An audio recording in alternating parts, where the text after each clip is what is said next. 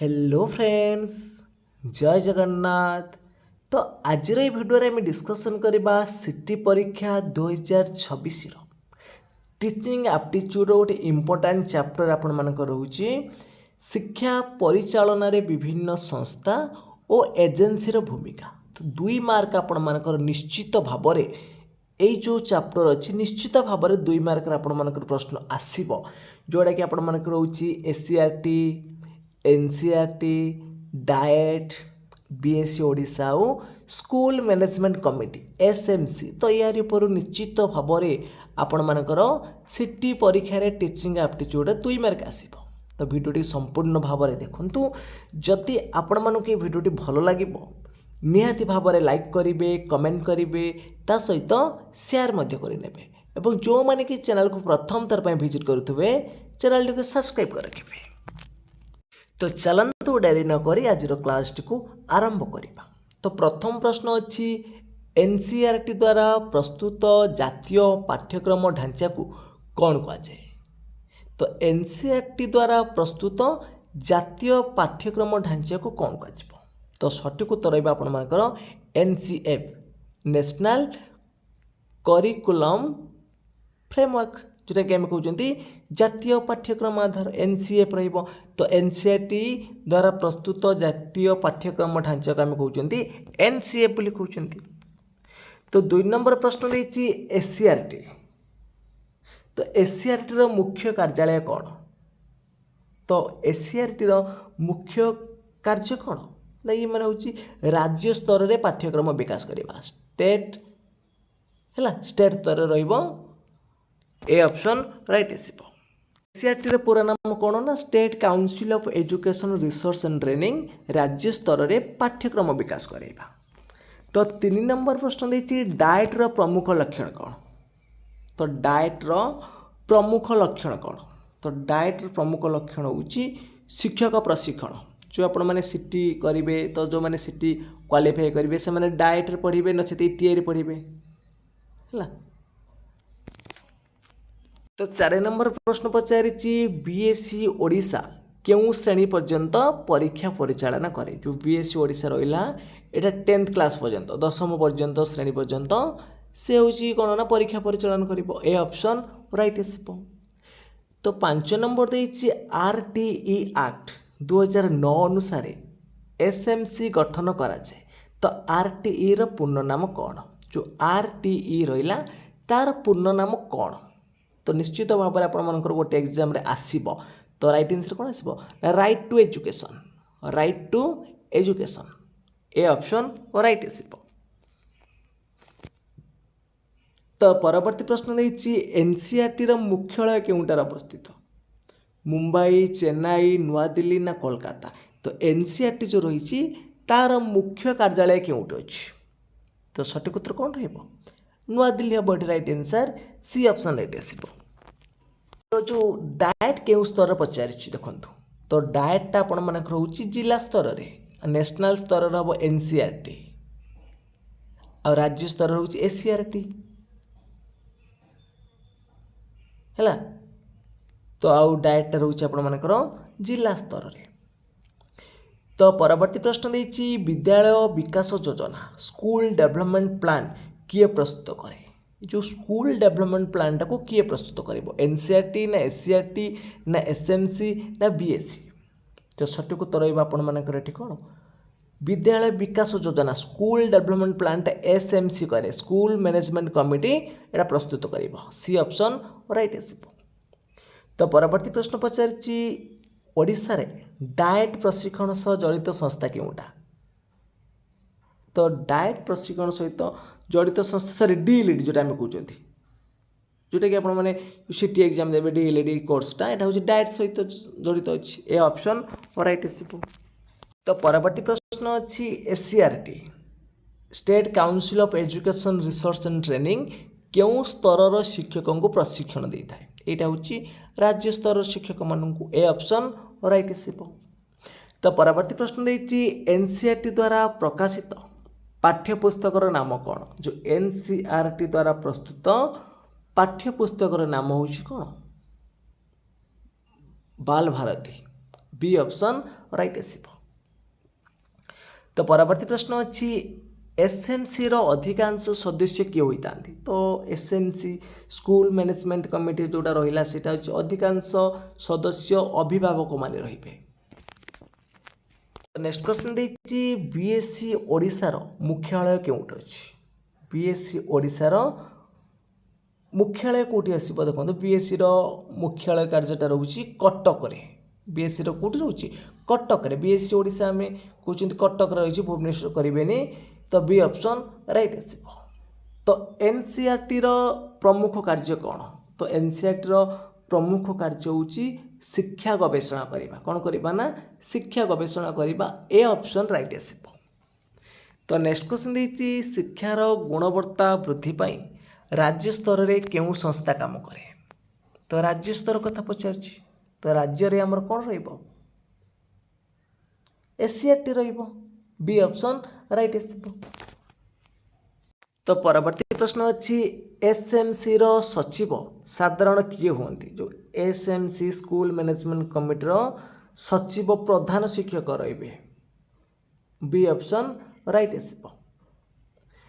तो next question देखिए DIET रो पूर्ण नाम कौन तो डाएट आम एटा कहबा कौन district institute of education and training मन रखिबे district institute of education and training A option right आसीबो। तो नेक्स्ट क्वेश्चन देखिए एनसीएफ रो पूर्ण नाम कौन ते क्वेश्चन को मध्ये हमें डिस्कशन करूथिले नेशनल करिकुलम फ्रेमवर्क ए ऑप्शन राइट आसीबो। तो परवर्ती प्रश्न अच्छी एसएमसी रो मुख्य उद्देश्य कौन जो स्कूल मैनेजमेंट कमिटी रहिला तार मुख्य उद्देश्य कौन ना समुदाय रो अंशग्रहण वृद्धि करिबा ए ऑप्शन राइट आसीबो। परवर्ती प्रश्न देखिए देखंतु एनसीएफ 2023 कहा द्वारा विकसित होइछि।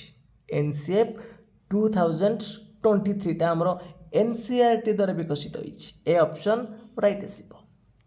तो परवर्ती प्रश्न देखिए एससीईआरटी रो मुख्य भूमिका कौन तो एससीईआरटी जो रही तार मुख्य भूमिका होची राज्य स्तर रे पाठ्यक्रम सब अनुकूलन करिबा ए ऑप्शन राइट आसीबो। तो परवर्ती प्रश्न देखिए डाएट कहा पाई सर्वाधिक कार्य करे जो डाएट रही कहा पाई सबुठु अधिक कार्य करिवो सर्वाधिक कार्य करिवो कहा पाई ना एटा होची प्राथमिक और उच्च प्राथमिक शिक्षक मानक पाई ए ऑप्शन राइट आसीबो। तो परवर्ती प्रश्न पचारिछि बीएससी ओडिशा निम्नलिखित केउ परीक्षा परिचालन करे जो बीएससी ओडिशा रहिला एचएससी ए ऑप्शन राइट आसीबो। तो परवर्ती प्रश्न पचारिछि एसएमसी रो अति कम रे केते प्रतिशत सदस्य अभिभावक हेबा उचित जो स्कूल मैनेजमेंट कमिटी रहउछि सेतिरे हमर 75% सदस्य अभिभावक हेबा उचित ए ऑप्शन राइट आसीबो। तो परवर्ती प्रश्न आपण मन पई इंपोर्टेंट रहउछि देखंतु जो एनसीईआरटी केउ मंत्रालय अधीन रे कार्य करूछि national council of education research and training. तो एनसीईआरटी पूरा नाम कौन national council of education research and training एटा केउ मंत्रालय अधीन रे कार्य करे एटा करिवो ministry of education A option right आसीबो।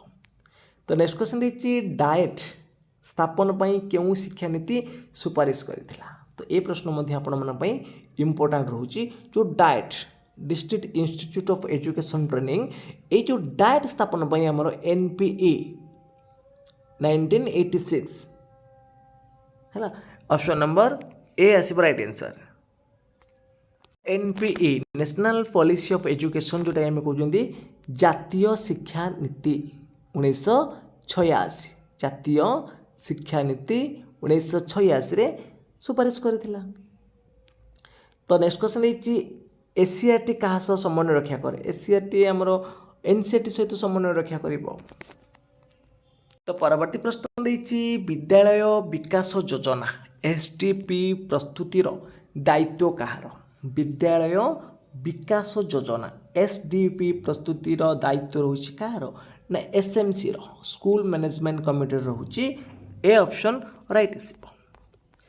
तो नेक्स्ट क्वेश्चन देछि एनसीईआरटी रो एनआईई ये जो एनआईईटा आपण माने टिके नोट करी रखंतु तार पूरा नाम कोन ना नेशनल इंस्टीट्यूट ऑफ एजुकेशन केउठारे अवस्थित ये एनसीईआरटी रो एनआईईटा नुआ दिल्ली रे अछि।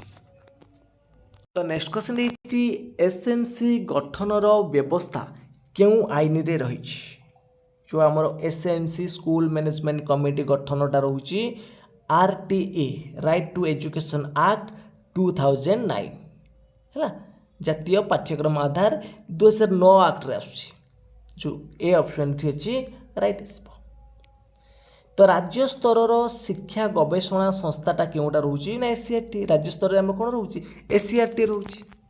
नेक्स्ट क्वेश्चन देछि डाएट रो प्रमुख कार्य कोन नुहे तो कौन नुह देछि देखो मैट्रिक परीक्षा परिचालन करे बेले बीएससी रे काम शिक्षागत सहायता रहिबोनी शिक्षा गवेषणा एटा भूल देछि प्रश्नटा डाएट रो प्रमुख कार्य कौन हबो तो गोटे ऑप्शन ठीक आसीबो शिक्षक प्रशिक्षण अछि। ए जो प्रश्नटी आपण मानकर बारंबार परीक्षा रे पचारे ए जो एनसीईआरटी रो स्थापन केउ वर्ष होइतला एनसीईआरटी टा हमरो केबे स्थापित होइतला ऑप्शन देछि 1961 1956 1986 1975 तो एनसीईआरटी हमर हेतला 1961 हेतला ऑप्शन नंबर कोन आसीबो ए ऑप्शन राइट आसीबो। तो ए क्वेश्चन मध्ये हम करिथिले एसएमसी रो सचिव साधारण किए तो प्रधान शिक्षक रहबो एठी राइट आंसर। परवर्ती प्रश्न पचारछि एससीईआरटी द्वारा प्रस्तुत पाठ्यक्रम कहा ऊपर आधारित होइता है जो एससीईआरटी उटा जो प्रस्तुत पाठ्यक्रमटा रहिछि सेटा होछि एनसीएफ नेशनल करिकुलम फ्रेमवर्क ऊपर आधारित हम ए ऑप्शन राइट आसीबो। नेक्स्ट क्वेश्चन देछि डाएट केउ स्तर शिक्षा सह अधिक संपृक्त जो डाएट रोछि सेटा होछि हमर कोन ना एलिमेंटरी एजुकेशन।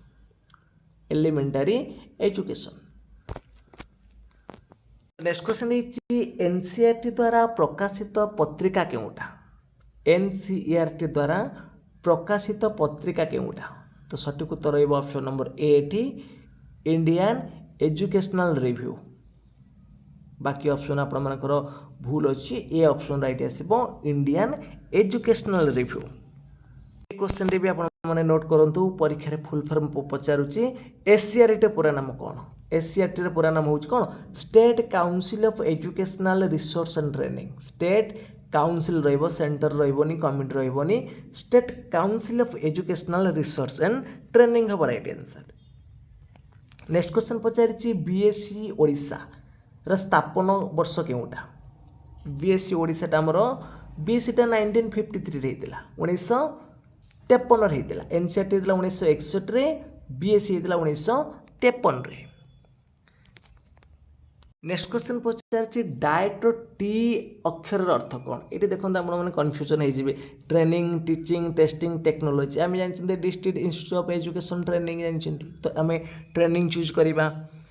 नेक्स्ट क्वेश्चन देछि एसएमसी रो कार्यकाल साधारण केते वर्ष तो ए क्वेश्चन मध्ये आपण मानक पय इंपोर्टेंट परीक्षा रे मध्ये पचारे एसएमसी रो कार्यकाल साधारण तो होछि केते वर्ष 3 वर्ष मन रखिबे इंपोर्टेंट क्वेश्चन परीक्षा रे मध्ये आसुची एबला प्रश्न एसएमसी रो कार्यकाल होछि 3 वर्ष।